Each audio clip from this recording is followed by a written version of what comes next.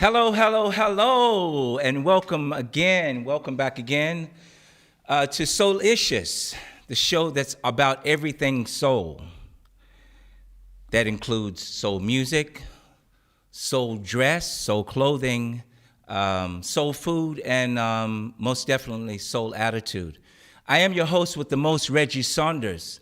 And today, I have a really special guest. I've said that before, but this time I really mean it. All right, today is a special guest. He hails all the way from Boston and Massachusetts, USA. And wow, if you like the stories of my previous guests, you're gonna love this story. And we're only gonna tap into a well of worth. So please sit back, enjoy the ride. With a virtual round of applause from wherever you're sitting or standing, please welcome to ICIOUS, Larry Woodley. Hey, Reg. Larry, what it be, man? Yes, man, this indeed. is like a long time coming. Man, I'm so proud of you and seeing what you're doing here. It's a fabulous thing. Man. Thank you so much. Being that the show is only an hour, and I know you and I could talk until the cows come home and go back out again, we're going to keep it a little bit tight. I know a little bit about your story. I'll put it like this. You have you've led a very storied life. Yeah. And what I'd like to do is peel back a few of those pages. Okay. And not only know about your music career, but to know the man himself, to know Larry personally. Sure. So let's start right away. Take me to Boston. Boston. Okay. Started out playing as a child. I was always sitting under a tree at the day camp, and a gentleman, a camp counselor, saw me. And I was always making up songs about the birds and the trees. I was a very idealistic child, but very. I stayed to myself a lot. Okay. And I fantasized a lot. Gotcha. And I would make up songs. And so to condense, this gentleman saw me singing under a tree. He started to take me to all the little folk clubs in Boston, because I loved Richie Havens, right, Bob Dylan, and all that kind of stuff. And then I did that, and then that was my beginnings in Boston. Okay. As a child, and yeah. Okay, and so let's see. From Boston, musically, were you like really? What were you attracted to first? I think you told me the drums, right? Well, I started taking drums. Okay. From about the age of 8, which was. Though I went on to the guitar, the drums were valuable because it taught me timing. Absolutely. Timing and keeping time. Absolutely. So that mentality I still utilize today when I'm performing solo and when I'm exactly. So you had lessons. Did you take drum lessons, or did you just? Were you just this? You saw some sticks and some skins, and you just started hitting on them. Where I came from in Roxbury at the Boys Club, there wasn't a lot of funds to actually get a drum kit. Okay. So Mr. Bernard, who was an old Austrian fella that would come every Saturday to the Boys Club in Roxbury, right, and bring all of us. He would teach us music for free. Okay. Wonderful man, and he would go out and buy all of the instruments for us. Okay. But we didn't have drums, and we had chairs. Oh. We had the sticks, we had the chairs, we had the little books. Okay. And he would teach us the rolls and the paradiddles. Right. And we would be banging on pads, and that was my first drum kit. Really, huh? So before you went over to the guitar, from which I know you from the guitar, how long did it take to make that transition? Well, it wasn't really very difficult at all. Okay. Once I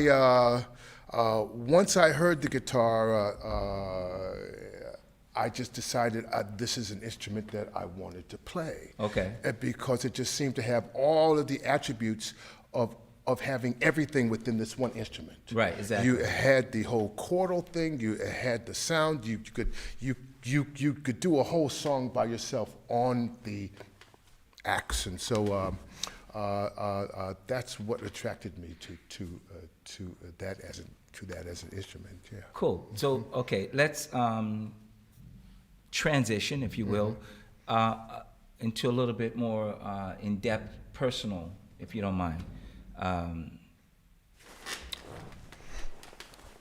Where do you think you got your musical attitude, your musical taste? You know, where did that come from? Let me go here first. What were you doing before music came into your life? What was your, you know? I was being a rambunctious little kid. like all of us. Like a little all of kid us. with the big mouth. So let me ask you this. But what was? I'll sure. direct you in that. What was it that first attracted you to music? Did you see somebody play? Did you hear somebody? My mother and my dad and my uncles. Okay. My mother took me to my first concert when I was about 6 years old. Okay. Took me to the Boston Pops. Took me to Symphony Hall to see the Boston Pops Orchestra. Wow. And I don't know how she was able to afford these tickets, but I know that she worked 2 jobs to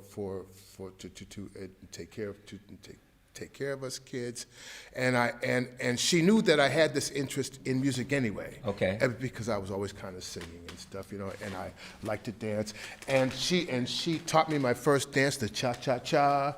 You know, we would be in the living room doing the cha-cha-cha, 1, 2, 3, cha-cha-cha. And then she took me to see my first concert, Symphony Hall.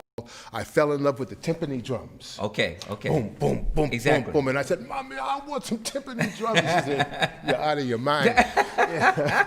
And that's probably what led into my deciding to join Mr. Bernard's class and learn some drumming. Okay, cool. So your family was also musically inclined. Musically inclined in the sense that there was always music around. Okay. My mother was a big Johnny Mathis fan. Okay. My dad was a big jazz guy. He Okay. loved the big bands. Okay. My uncle was into doo-wop. Okay. You know, they had friends that were into blues. Okay. And they all loved the classical music. Exactly. And my grandmother, and my great-grandmother and great-grandfather, who I had the blessing to know, were gospel people. Okay. Yeah. Okay. Which leads me to my next question I was going to ask you. What is your relations, or do you have any relations? Because I know you now, and we could even talk about that story of how we met. Yeah. And where we met. People won't believe that. Were you ever a singer in church? Did it come from? Changed my life. Well, no, I'm not going to say changed my life. It added to my musical life. Okay. After Boston, you know the story of the 9 years away from music, Exactly. from 13 to 22, then Right. college, and then going off to find myself, and Right. then coming full circle back to the music at the age of 23. It was. Exactly. And when I came back to Boston and I started singing in the subway, Right. because Exactly. I wanted to play, and Right. that's where I learned my craft. Actually, was in the subways of Boston. Right. At the same time, there was a snowstorm. Okay. And I'm driving along in the snowstorm, and there were these 2 beautiful girls standing at the bus stop in the snow, shivering. And I pulled over as any gentleman would and said, "How would you Of like course. a ride? Where are you going?" And one of the girls came up to the car, said, "Yeah." And then the other girl, who turned out to be her sister, said, "No, we can't get. We don't know him. He might be dangerous, etc." Okay. Anyway, they got into the car because it turned out that we all lived in the same area of Roxbury. Okay. And I drove them home, and I said to Aranda, I said, "I would love to see you again." And she said, "Well, if you want to see me again, you have to come to church on Sunday." I said, "Okay." Wow. I guess I'm going to church. Okay. And she belonged to the Holy Tabernacle Church Okay. in Roxbury, Massachusetts. I went there very, very shortly. I went there to hear her sing in the choir. Okay. And I was listening to Reverend Smith, and Reverend Smith was preaching that day. And I know a lot of people have had this experience that sometimes when you go in, you almost feel like the sermon is for you.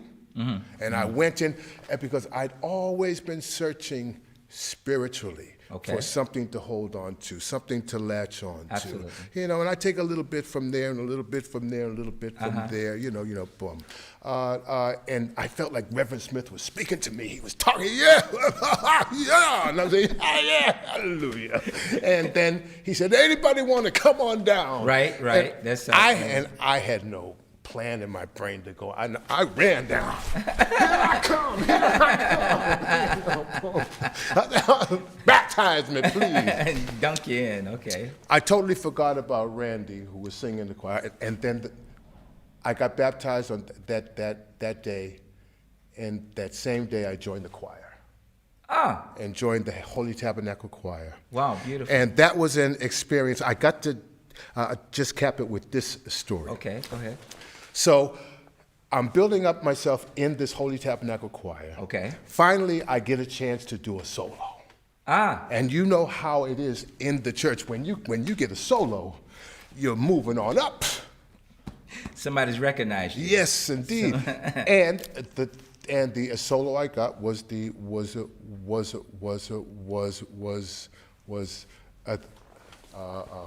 a classic. Okay. And the thing is that I still had that showmanship in me. Right. You know? I think you were born with that. And personally. so I wasn't the around. Sunday came for me to do my solo. Right. And the organ started up, and then I start singing, oh, happy day, oh, happy day, oh, happy day. That's what happens when you start to mix things. You can see that. It's like church and a few other things I that got you've a experienced. tongue lashing after that. I'm sure you did. This is Grandmama, not showtime. Everybody jumped on you.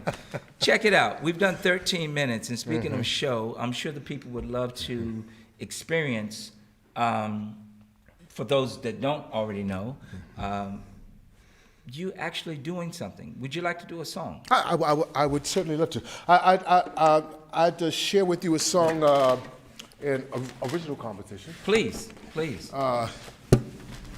There are many, but this one is also on the new CD, which is entitled "Real Life, Real Love," and this song is called "All of Me." Look into the camera. They're all yours. They're all yours. To you.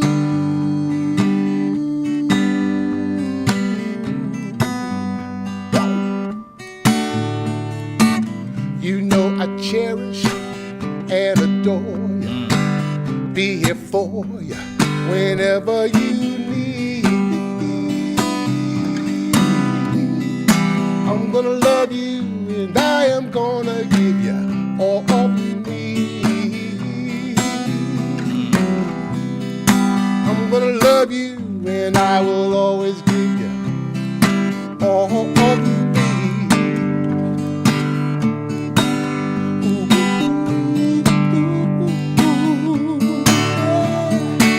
Nobody else can get through this doorway, that special place where you hold the key that unlocks my heart, mind, body, and soul.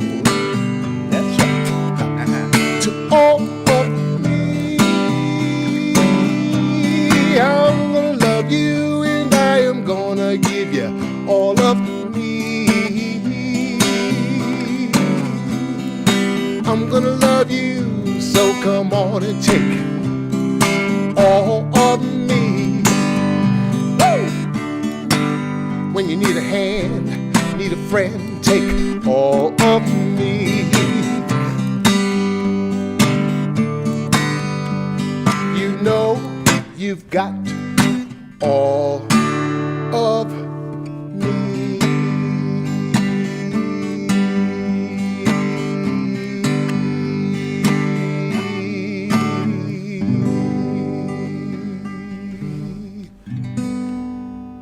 I can hear you cheering. Yeah. I can hear you jumping out there. Oh, make some noise for the incomparable Larry Woodley. I told you, hey, there's so many facets to this man, and they're all beautiful. And we're going to dive a little bit deeper into that.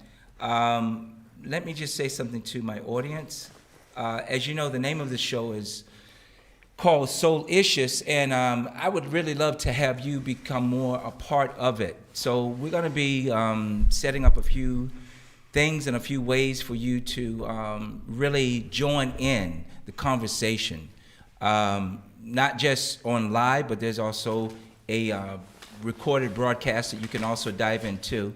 And what I'd like you to do, please send in comments, write in. If you have ideas, if you want to, just whatever you'd like to say, write it in. Hopefully it's nice. And I will reply to your questions and everything. So basically what I'm trying to do here is that I want to create a family. Just like I remember when I was a kid, I would go to family reunions, and how beautiful it was, how much we interacted with one another, and how relaxed and beautiful it felt. So if you like, I'm offering you to become one of my family members. And soon I will be showing you how to do that the easiest way, and we can discuss that a little bit later. So I just wanted to let you know about that. So please write in. I will respond to your questions. So if you can do it now, you can do it later. And all right. Oh, we also have somebody speaking and writing in. Olivia says, wonderful voice. I totally agree. With hands on the side, clapping, 3 of them. Well, thank you, Olivia. I appreciate that. Thank you. Cheers. Olivia, there's more to come, and I'm sure there's more of you out there. So please continue to write in. So Larry, okay, Boston. Let's see, because I did a little bit of research on you. Boston, you did that. If you don't mind, tell me about that concert, that first concert in Boston. The one where, well, it wasn't the first concert actually, because after the camp counselor sort of discovered me, you might say, and I loved the pop music. I loved the folk sound. Okay. And I was very much into this whole infusion of the European music that was coming over from England and even from Germany. I was well aware of that as a child, and I was really into it. And I was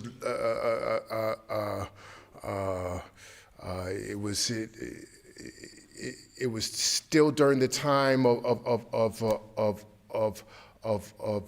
the new black awareness in the USA, exactly, which my mom and dad were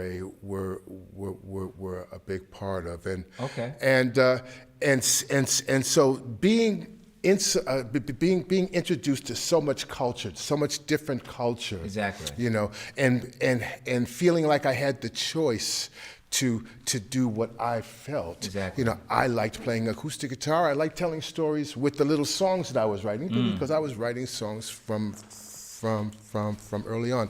And in the projects where I was growing up, by my friends, they would call me Mr. Tambourine Man, because I would go around singing, "Hey, Mr. Tambourine Man, play a song for me." Exactly.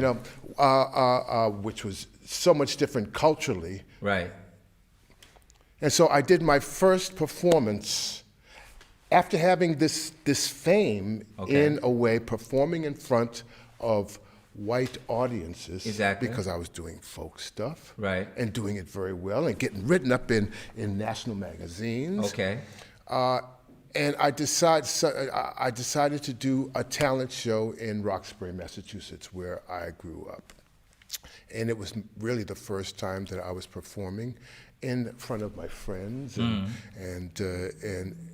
people from my neighborhood, and they didn't quite get what I was doing. Okay. And they booed me off the stage. Wow. And they said some terrible things. Wow. And I was a bit of a shy kid because I had a speech impediment, et cetera, et cetera, et cetera. And so I walked off the stage and I internalized the whole thing. Right. I just kept it within myself. And I walked away for 9 years.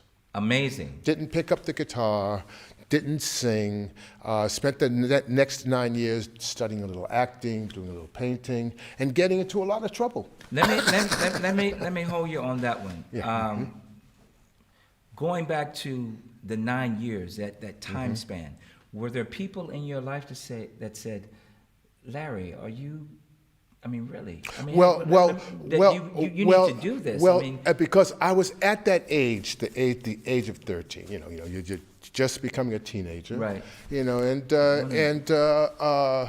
When I stopped doing it, people just figured, well, he probably just lost interest. Okay. He Got you. just lost interest. So in there were that. nobody really encouraged you to move on. There like was that? no one at that point in time to say to me, Larry, we understand what you just went through. Right. You have to just know that in this life, whether it's music, whether it's social work, whatever it is, you're not going to please everybody. Exactly. Let me ask you this: do you wish someone had it? Actually, no, I don't, because the paths that we take in life, the roads that we take in life, when you begin to look back on your journey, you begin to see why that journey helped to shape who you are now. Gotcha. And there were lessons to be learned on that journey that carry you through life. Yeah. I totally agree. I totally agree with that. You said you were shy, which I'm sure a lot of people out here can't even fathom Larry Woodley being shy. I couldn't either until you told me. I still am. But I mean, hey, a lot of the great artists, if you will, that we see in front of the camera on big stages, when they're off that stage, they want to be left alone. They want to be in the corner like Michael Jackson. Well, see, yeah. For example. I think the word shy is kind of bandied around a bit. It's more of an introversion, Gotcha. meaning not so much that we delve into ourselves a lot so deeply. We have this self-discovery, and so we tend to those moments that we have by ourselves, we can draw back into ourselves and feel very comfortable within our own skin like that. That's true. And the thing is that people that see you, a lot of people don't understand that. Yeah. They look at you and they take that as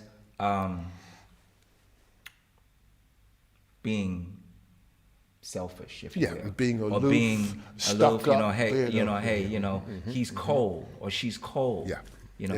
Well, actually, you're not doing anything to harm anybody else. You're just finding your space.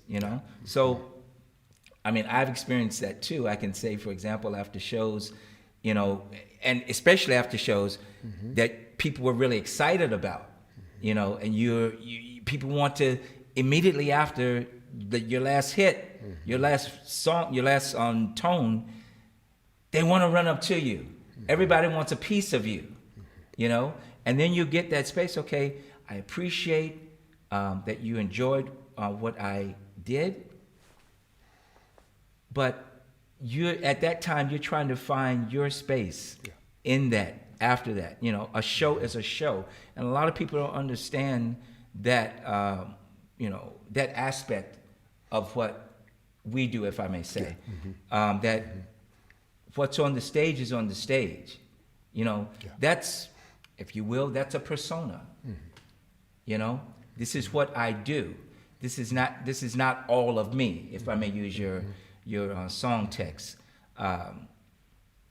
Okay, so Boston, we've gone. Okay, my God, almost a half hour. So Boston, okay. Now, though there's so many more things we could talk about. Yeah. My God. Take me to LA. Okay, we're going to jump straight to LA. LA. So I've been singing in the subways in Boston. Okay.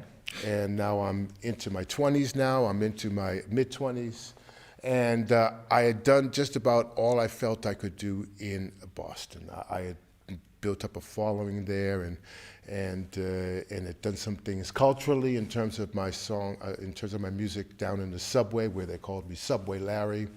And some of the things that I was doing down there. So I decided to travel across the country to Los Angeles. And I was very fortunate because the public transportation in Boston, they really liked the work that I was doing down in the subway, and the head of the Mass Transit Authority in Boston wrote a letter for me saying to give this to whatever city I go to across the USA when I'm driving across the USA, and saying, let this guy sing in your subway. So I did a subway tour. Oh, great. Across the United States all the way to Los Angeles. Wow. So I get to Los Angeles, and on my first day I decided to go to Venice Beach and take my little guitar out and put my case out there and sing. You started all of that. Hey, I sang for 9 hours on Venice Beach. And there's a lot going on Venice Beach. Still There's today. people that are juggling chainsaws, walking folks on on glass. skates playing guitars. And I played there for 9 hours and I made $1.25. What? $1.25, and the $1 came from a couple that had just got married.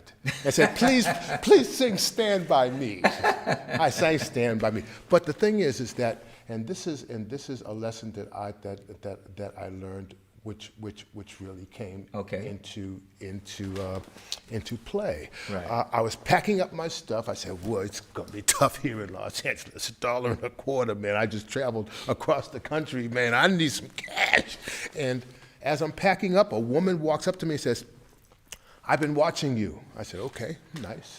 And it just so turned out that there's a cafe there right on the boardwalk called the Sidewalk Cafe. It's still there today. Okay. Where they feature live sound. And she said to me, "I like what you do. How would you like to sing in my cafe here every Thursday and Friday night?" And it's facing the ocean. If you can imagine, right on Venice Beach, facing the ocean. Wow. And I said, and I got a gig. She was watching me sweat that whole day, and I got a gig my first day in Los Angeles. Wow, beautiful. And the lesson is you never know. No. You never know. You always want to give your best. I'm not just saying that to sound weird. Always want to give your best because you never know who's watching. This is what I always tell my friends, that you have to, though you may not know what's about to come or what's around the corner, you have to prepare for what's going to come around the corner. You have to prepare like you do know. So, my mom has always said, she said, she calls me Red, and she says, Red has always been an unpaid actor. He's always been, an entertainer, in that respect. Speaking of entertainers, as you know, on every show I have a focus artist. And I think it's time to present that focus artist. So drum roll, you play the drums. So the focus artist of today, of Soulicious today, is Mr. the Lover, Isaac Hayes. Yeah, when I heard that Isaac was going to be the focus artist, I was so happy. I had the opportunity to spend an entire day and evening one-on-one with the man. Wow. Tell us about that. I was singing in Los Angeles with a country singer named Jewel. Okay. And I had always been a big Ike fan, and so at this time I was just singing the showcases, I was trying to make my way in LA, boom, boom, boom. I'm now into like my 4th or 5th year in Los Angeles. Okay, okay. Boom, and I'm doing the showcases and stuff. And I also had a day job. Okay. And Jewel called me up at my day job and said, Larry, you like Isaac Hayes? I said, yes, I love Isaac Hayes. And I said, well, I know Isaac Hayes. I said, oh, really? That's really nice. And she said, well, how would you like to meet Isaac Hayes? I said, Ike, yes, I'd love to do that. She said, you fly tomorrow to Atlanta to be with Isaac Hayes. I said, but my job. And she said, do you want to meet Isaac Hayes or not? Exactly. I said, yeah, I guess I'm not working tomorrow. I'm gonna take my chances, man. Jewel put me on a plane. Okay. I get off the plane.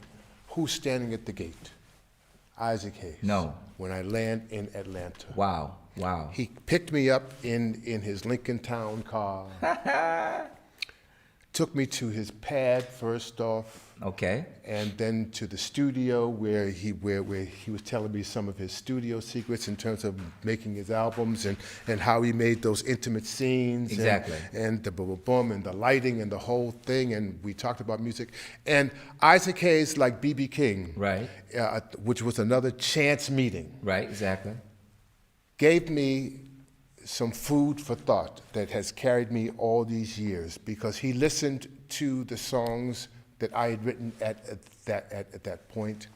And because record companies really liked what I was doing, but they didn't know where to put me. Do we put him over here? Exactly. That's always the music is it's nice, but it's different, and we don't know just what To market. categorize, exactly, yeah. And so Ike said, listen, Larry, you write good songs. You are not your typical pop artist, so it's going to be very difficult for you. It's going to be very difficult, and you are going to have to go out and you are going to have to build up your audience. You're going to have to go out and play. You might have to play for free. Whatever you have to do, it's going to be difficult, but don't give up. Gotcha. Do not give up, and stay true to yourself. Great. Let me ask you this, because I know you started off with, you said folk. That was actually your first connection, if you will. Yeah. Folk. When did soul come in? And you said something just the other day, because we just talked. Yeah. And I wonder if you're going to say the same thing. But when did soul, for lack of a better word, infiltrate or come inside of your musical understanding? In the terms of me performing it, yeah. Performing, or not even just performing, but listening. Just when were you attracted to it? Because it's always been there. This is what you said yesterday. This is what we were talking about. We had Motown. Exactly. We had the Funkadelic. Right. We at the time that we were coming up, all of the great stuff was coming out. Exactly. The Ohio Players. Exactly. Earth, Wind and Fire. There you go. OJs. The OJs. Yeah. Luther Vandross, and the list goes on and on. And I'm just naming the Aretha guys Franklin. there. That's what I'm saying. Aretha Franklin. There's Aretha Franklin. There's Minnie Riperton. There were just. We grew up in a period of music that I don't know will ever happen again. This is true. This is true. I mean, the creativity and Amazing. the freedom to when I write my songs, Right. I really don't think of time. Okay, gotcha. I don't think, well, it should be 3 minutes and 24 seconds. You know what I mean? Right.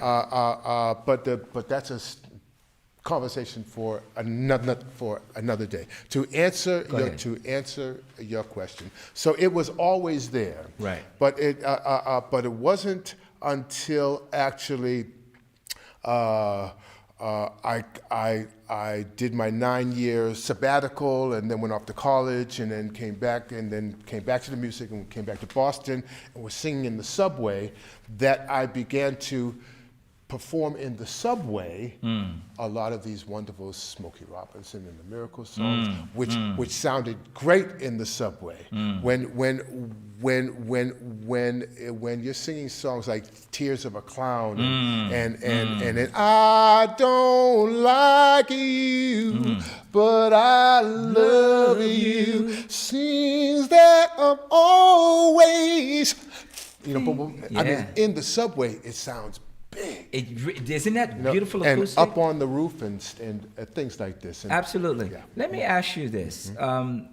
Do you have an opinion on artists today that we know are grabbing, going deep into the grab bag of soul, but they don't really acknowledge the original, from where it came from? Yeah, now don't get me wrong. I like Michael. I believe his last name is Hutchins or so. Simply Red. Right. I'm sorry if I mispronounce his last name, but Mickey, I believe his name is Mickey. Yeah. It's Mickey Huckleberry, whatever. Right, But right, anyway, Michael. go ahead. And I love his versions. He's a great performer. There's no doubting that. But I must admit, every time "If You Don't Know Me By Now" comes on the radio, and I'm hoping it's Harold Melvin and the Blue Notes. You want to hear Teddy, And that's just an example, because there's a lot of these great artists that are getting lost in this, in this new age. Exactly. This is one of the reasons why I still continue to pick songs like I picked them for the Larry Woodley Band and for myself. And when I get these reactions from the generation behind, and I'm going to age myself a little bit, even 2 generations behind, and they hear these songs for the first time, and they're like, wow, who is that? It's a wonderful thing, because then I can say, yeah, I write it down, go on YouTube and check this cat out. There you go. There you go. There you go. Like with Isaac. Right. Yeah. Who was, speaking of artists that you mentioned, and then I'm going to get to Muhammad Ali, if you could say a little bit something about that. Ali, yeah. Who influenced you first in the soul scene? Who were you attracted to in the soul James scene? Brown. JB. James Brown, no doubt. JB. No doubt. Wow. And I'm going to tell you why. Talk to me. It wasn't because of the music. Okay. What was it? Everybody knows about the infamous concert. Well, not everybody knows, but if you don't know, then you can find out. When Martin Luther King was killed in 1968, I was alive then. Right. I was very much aware of what was going on. Like I said, my folks were into the movement, et cetera, and had marched with Dr. King. Right. James Brown had a concert scheduled at the Boston Garden on that day. Right. They want Mayor White, the whole city, they wanted to cancel the concerts, and James Brown said, no, we must do this concert. Right. Because we in the hood, we were hurting that Dr. King had been killed.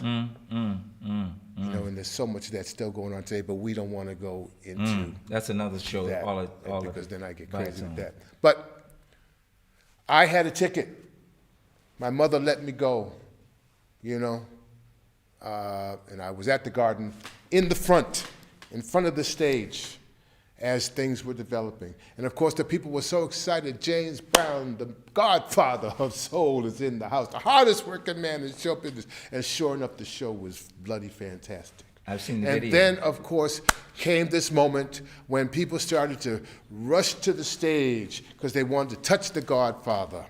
And they wanted to dance next to James Brown. And I remember the Boston police, who were terrible in those days to black folk. They began to bully the people from getting on the stage, and they wanted to be the security, and because there was no security back then. You know, the police were the security, the local police, Exactly. and they were trying to push people off the stage and drag them off. And then one police officer had this one guy and dragging him off, and James said, "Stop!" And the band stopped. Boom! Stop the show. Boom! And he jumped in between this police officer and this guy and said, "Hey, get back, get back." And he picked the brother up. And this is a true story. And I'm sitting and I'm standing there as a child watching this man stand up to the police with the baton and said, "Back up. Don't you hit my brother." He picked up the man and said, "You want to dance? You want to dance?" But he took the time off to say, "If you want to dance, you have to remember that there are other people here also that might want to dance, and there are people out there that want to see the show, and so you have to be respectful. You have to be respectful of my space, and you have to be respectful of their space also. But if you want to dance, if you can do that, you are allowed to dance." Wow. Wow. And when I saw that, Wow. James became my man. Wow. Whew. Wow. I almost don't want to talk about anything else. That story, my God. I was there. And you were there. I was there, yes. Wow. I'm gonna look at that video closely. More closer, I should I've say. looked at it. Maybe I've looked at it, hoping to see my look. But I was a little guy. I didn't start to grow till even after college. So the stage is still way up here. Right. But I am there, looking up like this. Exactly. Because I've looked at the video and hoping that I would find myself too. Maybe get a magnifying glass. Yeah. Okay. Tick tock, tick tock. Let's go over here to see what the live audience, what the people out there are talking about. That's right. What the people, because you guys, we're talking and we're hoping basically that you are not only entertained but also being informed about, things in my guest's life, maybe some things I say, and also be able to relate them to your life too. So relatable things. So let's see what the guests are saying. Big hug to everybody in Minneapolis. Stay strong. Absolutely. Good point. Absolutely. We could riff on that too. Yeah. But we know what you're saying, and I appreciate that, man. Totally, absolutely. It's a ding dong shame that it's still going on. The stuff that we were dealing with in my mama's day. Yeah. And we're in 2020, we could go there, but we won't. But thank you very much. Appreciate that. Time is ticking, and I'd like to hear you sing another song. Okay. Could you please? Yeah. Since we're talking about Isaac Hayes. Yeah, let's go there. Yeah. This is one of the first songs that I heard from Ike, and I discovered Ike when I was a teenager. Okay. Because my mother had the album Presenting Isaac Hayes. Okay. Where he was playing jazz. Okay. And doing these insanely crazy versions of songs like Misty and Georgia, and he was mumbling on the in that deep baritone voice. Couldn't he? Just mumbling. Wow. I said, "Dude, what's with this guy?" And then he'd play these riffs and do these different type of things with the songs. As he went on, he would cover songs and do arrangements on them. Absolutely. And the songs would last 17 minutes long, and I loved that. I loved that. I said, "Do it." And the arrangements were lush, and he had the sexy voices. Yeah. And but this was one. Yes. Before you start, just for my audience, for those of you that do not know about Isaac Hayes, I just have to really say one word and just put Isaac Hayes with Black that. Moses. Okay, that's 2 words. We can go there too. We can go there too. But the word that came to my mind was shaft. Shaft. There All you go. you need to do is say shaft, Isaac Hayes, and just go there. Google that, and everything musically that you need to know about Absolutely. Isaac Hayes. That was like, woo, chef. Absolutely.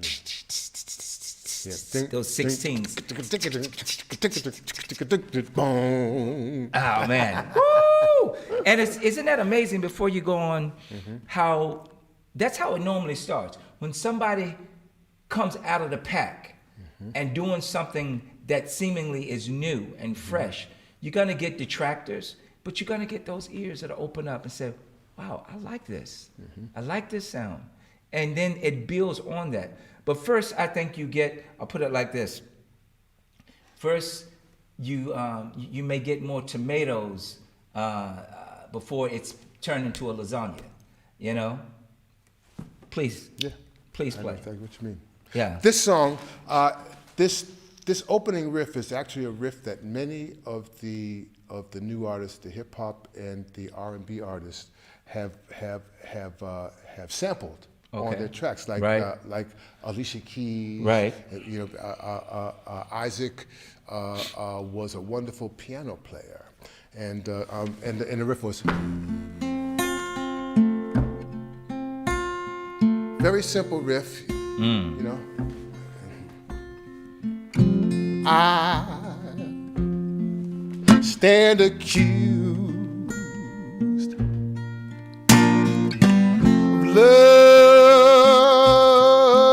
loving you too much. And I know that it's a crime, but I'm guilty of loving you. I'm guilty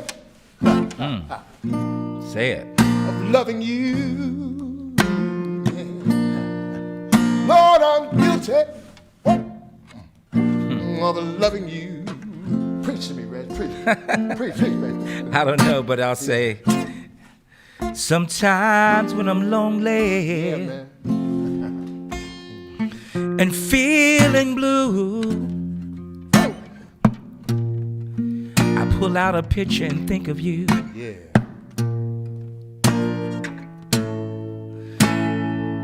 Though the times may be rough, Yeah.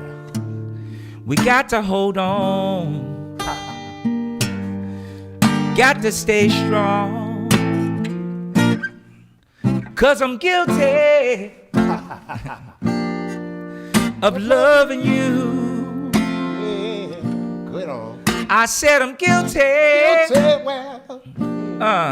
of loving you. Yeah. See, I need you by my side. Ought to have me. 'Cause sometimes it gets cold outside. So cold. I have lost my pride. Oh, I'm gonna find it one day today. Oh, I might break down and cry. Don't cry, don't cry. 'Cause I love you Love in the house. and I need you and I want you. Oh, don't leave my side. No, no. Talk, Larry. No. Guilty Well, of loving you. Lord, I'm guilty yeah. of loving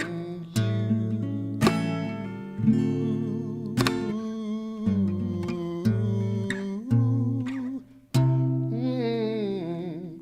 Guilty. Woo. Wow, wow. Bravo, bravo, bravo, Thank you. bravo. The incomparable Larry Woodley. Larry Woodley. Okay, so we have a little more time here. Listen, Reg, mind if I interject? Please. You know, be it beyond me to interrupt the host with the most. You have a pass this time. Go for it. People, I'm going to tell you a story. It's going to be a short story. I hope so. We are cousins, for real. Blood cousins. True story. I met Reg a few years ago. I was already here in Zurich. Reg was in Zurich. He was singing, and I was singing, and he needed some material for for some Lionel Richie songs. Exactly. And our friend Bobby said to Reg, I know just the guy, Larry Woodley, boom, boom, boom, boom. And that's actually when we met. This is true. For the first time. That's here in Switzerland. And we got to chatting and stuff, and as time went on, and one day Reg came down to my little rehearsal studio, the old one down there in Erlikon. Right. And I'm going to tell them this. Reg was feeling a little bit depressed, if you can imagine. Reggie Saunders was a little bit depressed. He said, man, I got to get some money. He said, I need a job. I think I'm going to go to the Migros. And because he had, what year did we meet? I'm not going to lie, I don't remember the year, but it's been almost 10 years now, I believe. I would put a couple of more years on it. Yep, I would 10. put 15, 16, or a little bit more. But anyway, continue with the story. And so I said to Reg, you don't have to go sing. I mean, you don't have to go work at the Migros. Right. You don't have to I said, take your voice and go and sing on the street. Right. Just your voice. And Reggie said, sing on the street? I don't know about singing on the street, man, But anyway, one day I'm driving along, mobile phones had just come into play, so maybe that'll help you out in terms of years. Exactly. Because the mobile phones just started to come out, and I'm driving, and I get this call from Reg, and Reg says, Larry, you're not going to believe it. I'm down here on the Lake of Zurich. And I just went out and I just sang, and I had my little hat out there or whatever you had out there. Right. And there's so much exuberance in his voice. He said, Right. man, I did it. I went out and I sang on the lake, man, and I got almost 400 francs in my hat. And boom, boom, boom. And I still remember that. And that's a big testimony to your courage, to your really being committed to what you love to do, because that's what you wanted to do. You were singing and you were at that point where you knew you had responsibilities, and this is another thing, staying true to those kind of things, and you always been like this, and I've always admired that about you.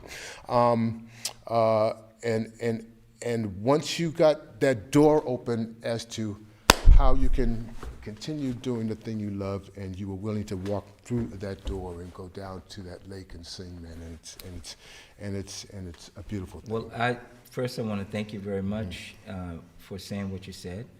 And it is true, we are cousins. Oh, right. We don't really look too much alike, but so his mom came over. genes. His mom, Marjorie, came over, and if you're out there, Marjorie, greet Hey to ma, you. hey ma, hey ma. She came over, and it was her last night. Right. And we all went to have Chinese food, and we're Exactly. sitting there speaking, and to condense it, we got to talking, and the next thing we knew, we family from Virginia. The Next Larrys thing and we the know, Woodleys and the Saunders yes, went to indeed. school together, grew up Yes, together, indeed. and so forth and so on. And then Reggie went home to a family reunion. Exactly. And came back and made me cry. And Exactly. That's a whole nother. We could talk until the cows come home and go back out again. So we have so much to say. What I wanted to do now, before we try to get this other song in, is that I don't know if I've ever said this to you. I want to personally thank you because you were my first, musically speaking, you were the first person that truly, sincerely, and encouraged me to continue, to even start to do something.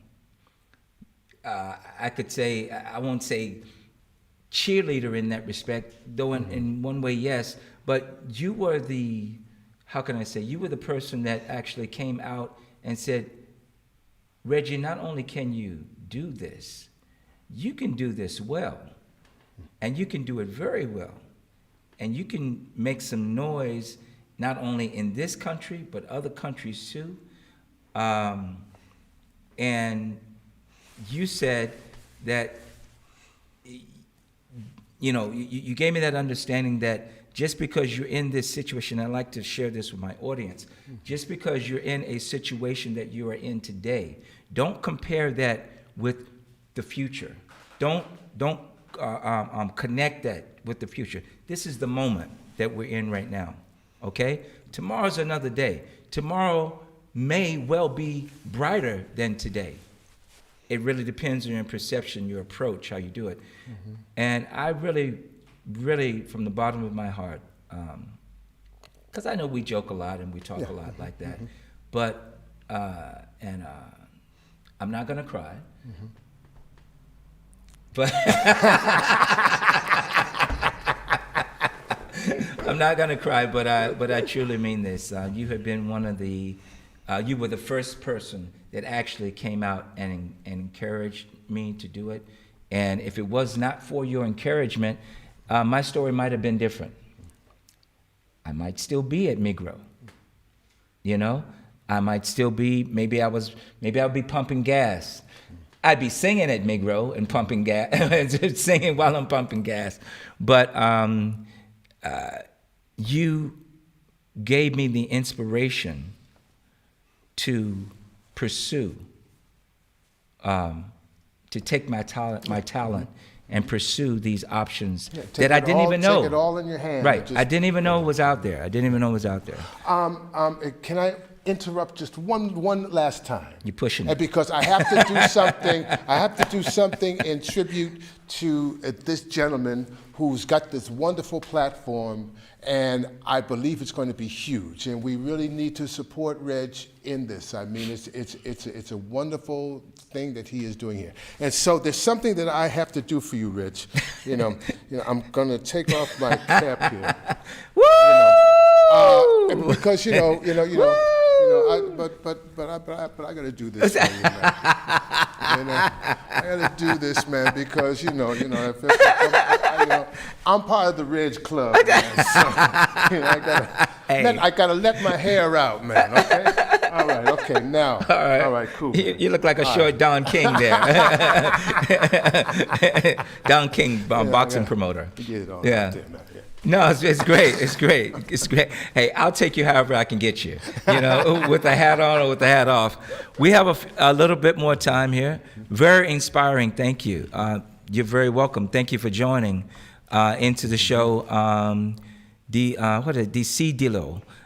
He or she or whomever it is comes to almost every show. Nice. Comes to every show. So once again, I want to say thank you very much. To those of you that have tuned in, the name of the show is ICIOUS, show that's about everything soul.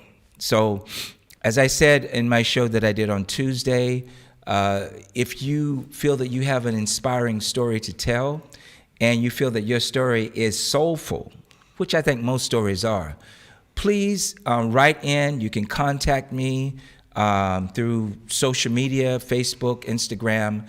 And like I said, I will reply to your questions, and I would contact you back, and maybe you could be sitting right beside me on ICIOUS. I would love to have you. So, can we do one more? You ready? I always ask. Won't you stand by me? Oh, stand by me. Oh, stand by me.